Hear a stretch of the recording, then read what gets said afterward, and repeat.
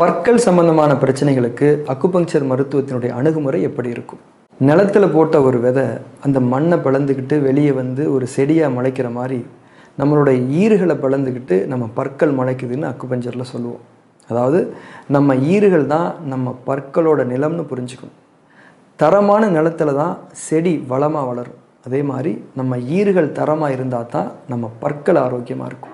இதுதான் பற்களோட ஆரோக்கியம் சம்பந்தமான அக்குபங்சர் மருத்துவத்தோட புரிதல்.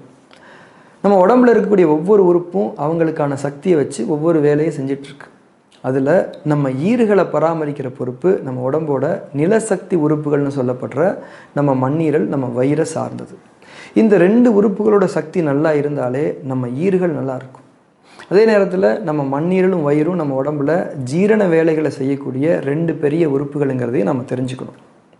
நம்மளோட தப்பான உணவு முறைகளால், தப்பான முறைகளில் சாப்பிட்றதுனால நம்ம உடம்புல லேசாக நடக்க வேண்டிய ஜீரணம் கஷ்டமாக மாறுது. இதனால் நம்ம மண்ணீரலும் வயிறும் சோர்ந்து போயிடுது. அந்த சோர்வோடு அவங்களால நம்ம ஈறுகளை சரியான முறையில் பராமரிக்க முடியாமல் போயிடுது. இப்போ நமக்கு சில வேலைகள் இருக்குது. அதில் ஒரு வேலையில் சில தப்பு நடந்து போய் நம்ம நேரமும் சக்தியும் விரயமாயிடுது.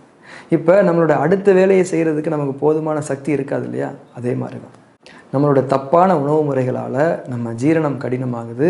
ஜீரணம் கடினமாகிறதுனால நம்ம மண்ணீரலும் வயிறும் சோர்வடையுது. இதனால் அவங்களுக்கு நம்ம ஈறுகளை பராமரிக்கிறதுக்கு போதுமான சக்தி இல்லாமல் போயிடுது.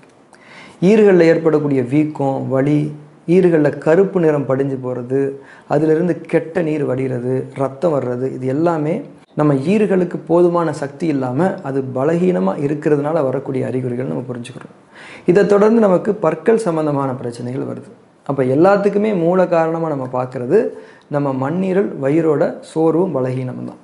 அக்குபஞ்சர் மருத்துவத்தில் இந்த 2 உறுப்புகளை சக்தி ஊட்டுறதுக்கான சிகிச்சைகளை செய்கிறோம். அதோடு நம்ம என்ன மாதிரியான உணவு முறைகளை கடைப்பிடிக்கணும்னு அறிவுறுத்துகிறோம். அதில் முக்கியமானது ஈறுகள் சம்பந்தமான பிரச்சனைகள் இருக்கும்போது பழங்களில் இருக்கக்கூடிய இனிப்பை தவிர மற்ற எல்லா இனிப்புகளையும் முற்றிலுமாக தவிர்க்க சொல்கிறோம். புளிப்பு சுவை, புளிப்பு தன்மை உள்ள உணவுகள், அதே போல் மைதா உணவுகள், அதாவது இந்த பேக்கரி உணவுகளை, பால் மற்றும் பால் சார்ந்த உணவுகளை எல்லாம் தவிர்க்க சொல்கிறோம்.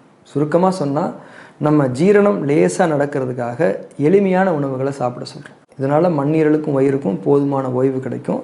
நம்ம பண்ணுற சிகிச்சைகளும் நல்லபடியாக வேலை செய்யும். பெரும்பாலான ஈறுகள், பற்கள் சம்பந்தமான பிரச்சனைகளுக்கு இதுதான் அக்குபஞ்சர் மருத்துவத்தோட அணுகுமுறை.